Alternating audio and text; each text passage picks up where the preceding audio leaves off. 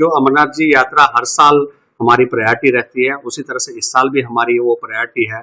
तो नाशरी से लेके नवयुगा टनल तक मेडिकल फैसिलिटी से रिलेटेड हमने 17 ऐसी जगहों पे हमारे कैंप्स लगेंगे, जिनमें लॉजमेंट सेंटर्स भी है, जिनमें लंगर साइट्स भी है। इन जगहों पे हमारे बाकायदा मेडिकल कैंप्स लगेंगे, जहां पर हमारे मेडिकल स्टाफ डिप्यूट रहता है, उनमें डॉक्टर्स भी रहते हैं, पैरामेडिकल स्टाफ भी रहता है। और इन जगहों पे हम फ्री मेडिसिन यात्रियों को प्रोवाइड करते हैं। उसके अलावा कहीं पर अगर प्री डायग्नोस्टिक की जरूरत है, छोटे मोटे डायग्नोस्टिक, जैसे किसी को शुगर टेस्ट करना है, बीपी चेक करना है, वो सारी फैसिलिटी सुविधाएं भी इन चीजों पे रहती है।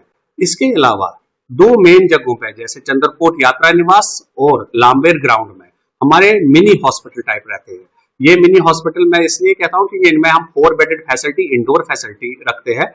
एडमिशन रहता है, अगर कोई पेशेंट की जरूरत पड़ी तो वो एडमिट करते हैं हम।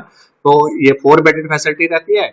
इसके अलावा इन जगहों पे हम फुल डायग्नोस्टिक फैसिलिटी देते हैं, लैब बिठा के रखते हैं जिसमें टेस्ट भी वहां पर हो जाते हैं।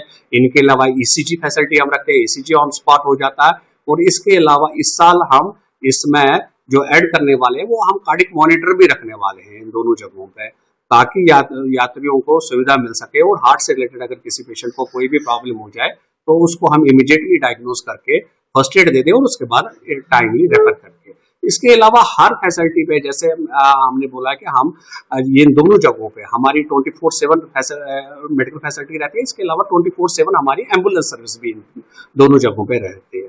इसके अलावा जो है नाशरी से यात्रा चलनी शुरू हो जाती है तो हम अपने डिस्ट्रिक्ट में एक एम्बुलेंस उस यात्रा के साथ रखेंगे जो लामबेड़ तक चलती रहेगी। और लामबेड़ से जब वापस यात्रा आएगी उसके साथ भी हमारी एम्बुलेंस चलती रहेगी।